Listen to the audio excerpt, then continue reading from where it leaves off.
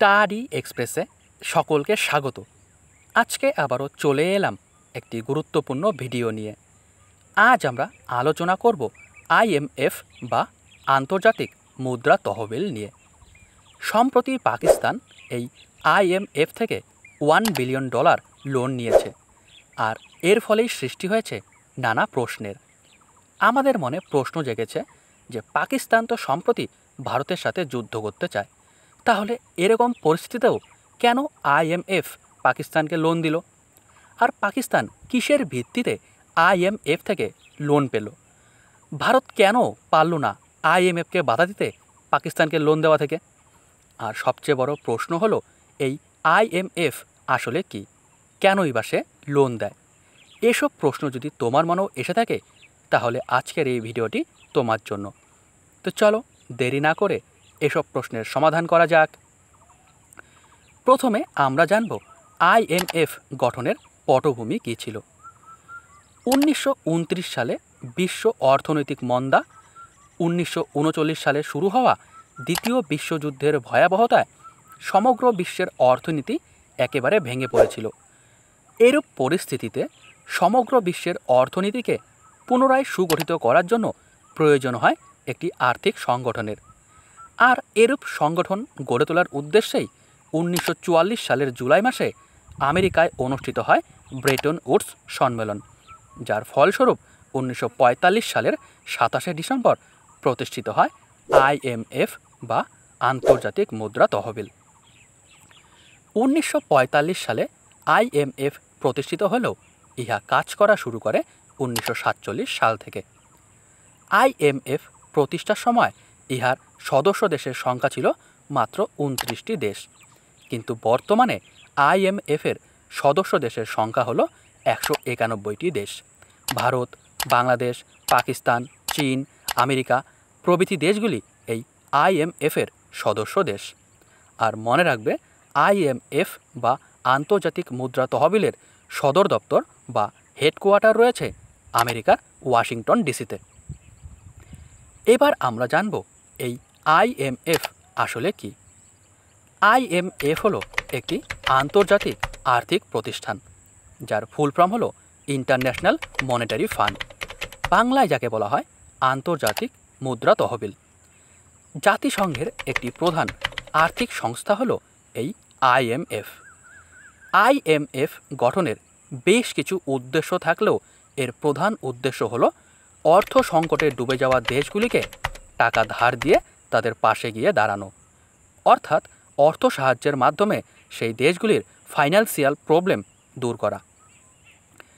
এবার প্রশ্ন হলো, আইএমএফ কখন লোন দেয়?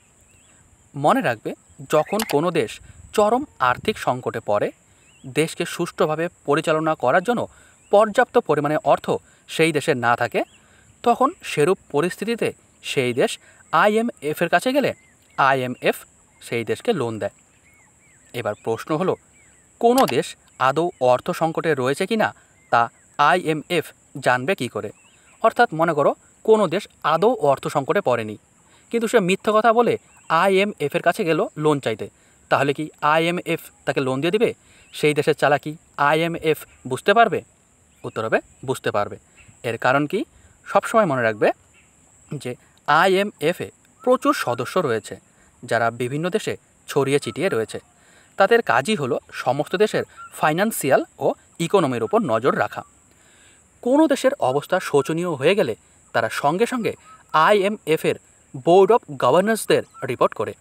ফলে আইএমএফ সমস্ত দেশের আর্থিক অবস্থা সম্পর্কে অবগত থাকে। আর মনে রাখবে, আইএমএফের বোর্ড অফ গভর্নর্স গঠিত হয় সমগ্র দেশের একজন করে গভর্নর ও একজন করে অল্টারনেট গভর্নর নিয়ে। মনে রাখবে, এই আইএমএফের যত বড় সিদ্ধান্ত রয়েছে সব বড় সিদ্ধান্ত নেয় এই আইএমএফের গভর্নর্স, মানে বোর্ড অফ গভর্নর্সরা।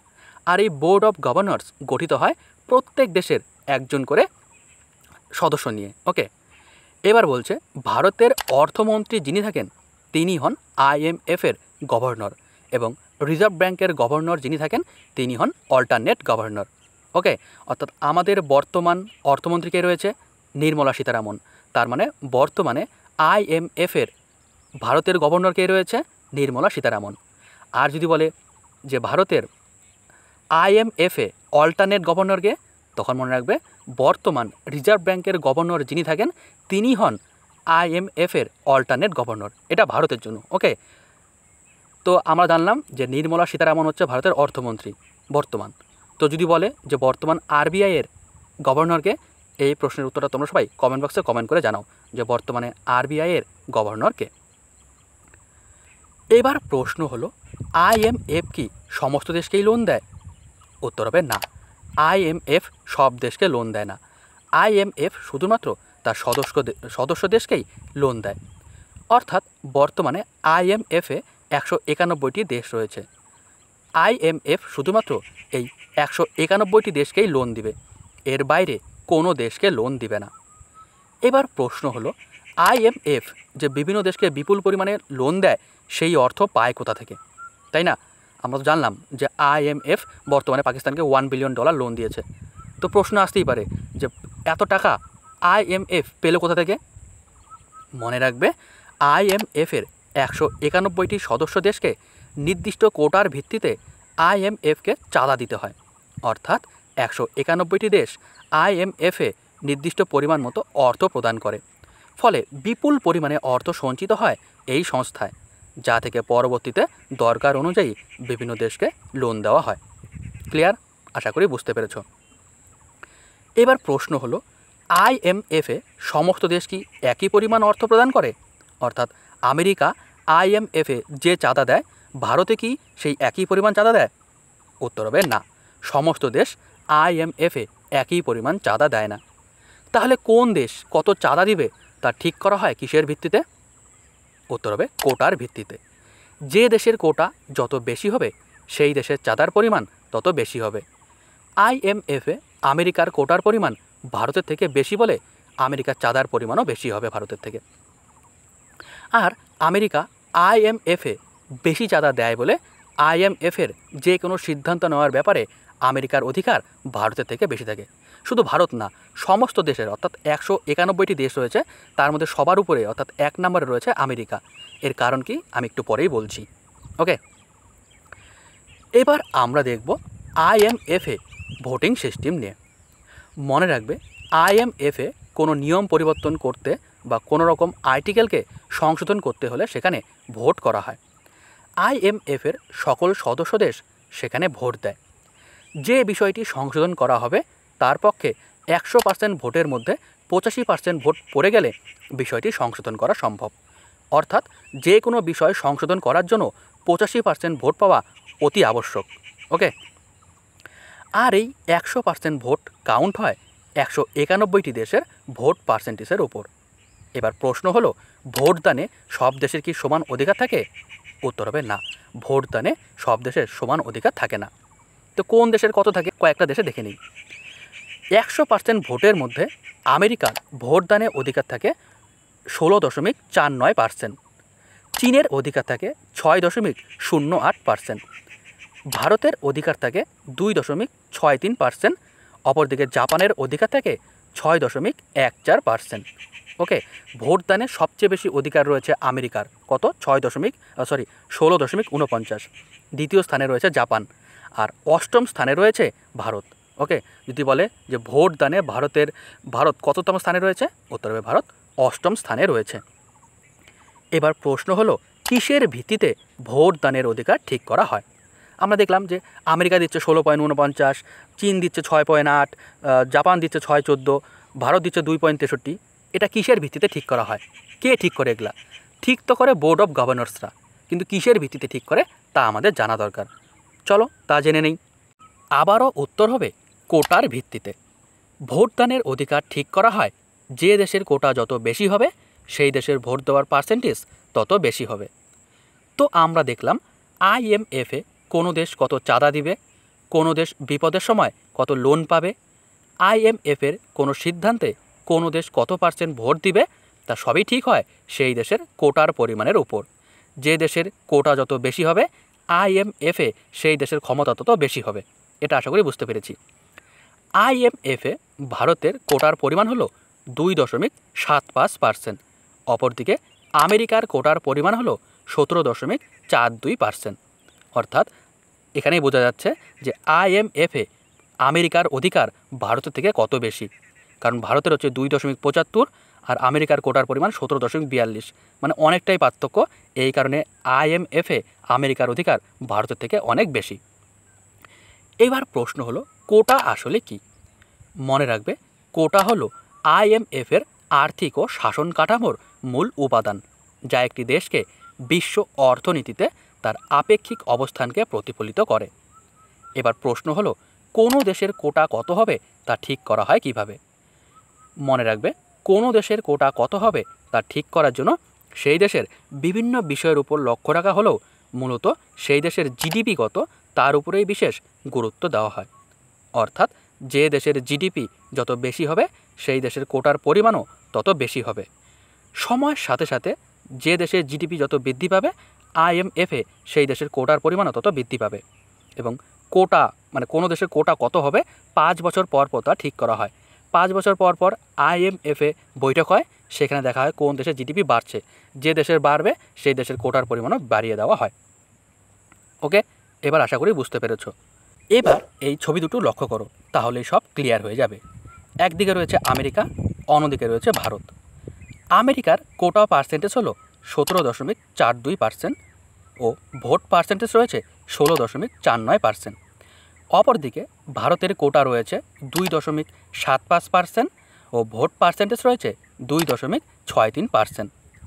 আমেরিকার কোটা যেহেতু 17.42% রয়েছে, এই কারণে তাদের ভোট দেওয়ার অধিকার রয়েছে 16.49%। আর ভারতের যেহেতু কোটা পার্সেন্টেজ রয়েছে মাত্র 2.75%, এই কারণে সেখানে ভোট দেওয়ার অধিকার রয়েছে ভারতের 2.63%। ক্লিয়ার? দুটি দেশের মধ্যে কত পার্থক্য দেখতে পাচ্ছ? আর এই কারণেই IMF-এ আমেরিকার অধিকার ভারত কেন সবার থেকেই বেশি। ওকে, এবার আমরা দেখব IMF ও ওয়ার্ল্ড ব্যাংকের পার্থক্য নিয়ে। আমরা জানি IMF ও ওয়ার্ল্ড ব্যাংক দুটি হলো আন্তর্জাতিক আর্থিক প্রতিষ্ঠান, যারা মূলত বিভিন্ন দেশকে টাকা লোন দেয়। তবে এদের মধ্যে বেশ কিছু পার্থক্য রয়েছে, আর সেগুলি হলো IMF হলো গরিব হতে থাকা দেশের সংস্থা, অপরদিকে বিশ্ব ব্যাংক হলো ধনী হতে থাকা দেশকে আরও ধনী করার সংস্থা। খুব গুরুত্বপূর্ণ, এই জায়গাটা একটু বুঝতে পারলেই একদম ক্লিয়ার হয়ে যাবে যে IMF হলো গরিব হতে থাকা দেশের সংস্থা আর বিশ্ব ব্যাংক হলো বড়লোক হতে থাকা দেশের সংস্থা। এই কথাটা কেন বললাম, চলো একটা উদাহরণ দিই, তাহলেই সব ক্লিয়ার হয়ে যাবে। মনে করো আমাদের দেশ ভারত। ওকে, ভারত নিয়ে আমি তুলনা করছি যে আমাদের দেশে বর্তমানে চরম অর্থ সংকট চলছে। অর্থের অভাবে ভারত সরকার ঠিকমতো দেশ চালাতে পারছে না। দেশ থেকে সমস্ত বিদেশি কোম্পানি অন্য দেশে চলে যাচ্ছে, ফলে সরকারের আয় একেবারেই শূন্য হয়ে গেছে। এরূপ পরিস্থিতিতে ভারত সরকারের দরকার টাকা। আর কোনো পথ না থাকায় ভারত সরকার টাকা ধার করতে গেল বিশ্ব ব্যাংকের কাছে। ভারতের সমস্ত রিপোর্ট শোনার পর বিশ্ব ব্যাংক ভারতকে কোনো প্রকার লোন দেবে না। তারা জানিয়ে দেবে আমরা গরিবদের সাহায্য করি না। এরপর ভারত গেল IMF-এর কাছে। ভারতের সমস্ত রিপোর্ট পাওয়া মাত্র সঙ্গে সঙ্গে নির্দিষ্ট কিছু শর্তের বিনিময়ে IMF ভারতকে লোন দিয়ে দিবে, কারণ ভারত বর্তমানে অর্থ সংকটে রয়েছে। আর IMF-এর মূল উদ্দেশ্যই হলো অর্থ সংকট দূর করা। ক্লিয়ার? এবার আরেকটা উদাহরণ দিই। অপরদিকে মনে করো ভারতের আর্থিক অবস্থা বর্তমানে খুবই ভালো, চতুর্দিক থেকে সরকারের আয় হচ্ছে, চলছে IPL, প্রত্যেকটি স্টেডিয়ামে একদম ফুল ভরে যাচ্ছে দর্শকে। এরূপ পরিস্থিতিতে ভারত সরকার মনে করলো আরও একটি নতুন স্টেডিয়াম খুললে ভালো হয়, কারণ স্টেডিয়াম থেকে ভালোই আয় হচ্ছে, এতে আয় আরও বাড়বে। আর তা করার জন্য দরকার হবে টাকার। এই টাকা পাওয়ার জন্য ভারত সরকার প্রথমে গেল IMF-এর কাছে। তাদের গিয়ে বলল আমাদের স্টেডিয়াম থেকে প্রচুর আয় হচ্ছে, তাই আমরা আরও একটি স্টেডিয়াম খুলতে চাই, তাই কিছু টাকা ধার দিলে ভালো হয়। এই কথা শোনার পর IMF স্পষ্ট জানিয়ে দেবে যে না, স্টেডিয়াম তথা উন্নতি করার জন্য আমরা নেই। ওকে, আমরা শুধুমাত্র গরিবদের দান করি, লোন দেই। এরপর সেখান থেকে ব্যর্থ হওয়ার পর ভারত সরকার যাবে বিশ্ব ব্যাংকের কাছে। এবার বিশ্ব ব্যাংক যখনই শুনবে যে ভারত কোনো স্টেডিয়াম খুলতে চাচ্ছে এবং অন্য স্টেডিয়াম থেকে প্রচুর আয় হচ্ছে, সুতরাং এই স্টেডিয়াম খুললেও আয় হবে। আর যেহেতু আয় তথা লাভের আশা আছে, সুতরাং কোনো রকম বাধা বিপত্তি না করেই বিশ্ব ব্যাংক ভারতকে একদম কম সুদে লোন দিয়ে দিবে। ওকে, তো এই হচ্ছে পার্থক্য। যখন কোনো দেশ একদম গরিব হয়ে যায় তখন লোন দেয় IMF, আর যখন কোনো দেশ কোনো প্রজেক্ট খুলতে চায় বা কোনো লাভের আশা পায় তখন সেখানে দান করে বা অর্থ সাহায্য করে বিশ্ব ব্যাংক। ওকে, এবার আশা করি দুটি সংস্থার মধ্যে পার্থক্য বুঝতে পেরেছ। আর এখানে একটা জিনিস মনে রাখবে, বিশ্ব ব্যাংক যে লোন দেয় তাতে সুদের পরিমাণ খুবই কম হয়। অপরদিকে IMF যে লোন দেয় তাতে সুদের পরিমাণ নির্ভর করে সেই দেশের আয়ের পরিমাণ কত, অর্থাৎ যে দেশের আয়ের পরিমাণ বেশি সেই দেশ থেকে অনেকটাই সুদ নেয় IMF, আর যে দেশের আয় একদমই কম সেই দেশের কাছ থেকে অনেক সময় সুদই নেয় না IMF। তবে মনে রাখবে, যখনই IMF লোন দেয় কিছু শর্ত দেয়, সেই সব শর্ত সেই দেশকে মানতে হবে, এটা একদম বাধ্যতামূলক। ওকে, আশা করি বুঝতে পেরেছ। চলো এবার আমরা IMF-এর কিছু উদ্দেশ্য সম্পর্কে জেনে নিই। আমরা প্রথমে দেখলাম যে IMF-এর প্রথম উদ্দেশ্য হলো অর্থ সংকটে ডুবে যাওয়া দেশকে অর্থ সাহায্য করা। এছাড়াও আরও বেশ কিছু উদ্দেশ্য রয়েছে এই সংস্থার। সেগুলি কি?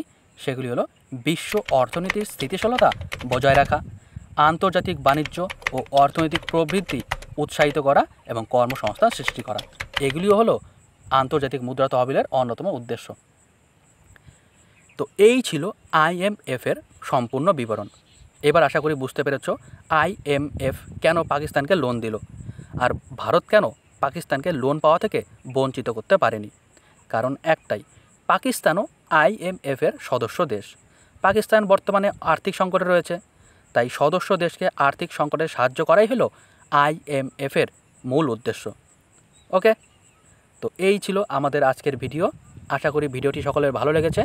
সম্পূর্ণ ভিডিওটি দেখার জন্য অসংখ্য ধন্যবাদ। দেখা হচ্ছে পরের ভিডিওতে।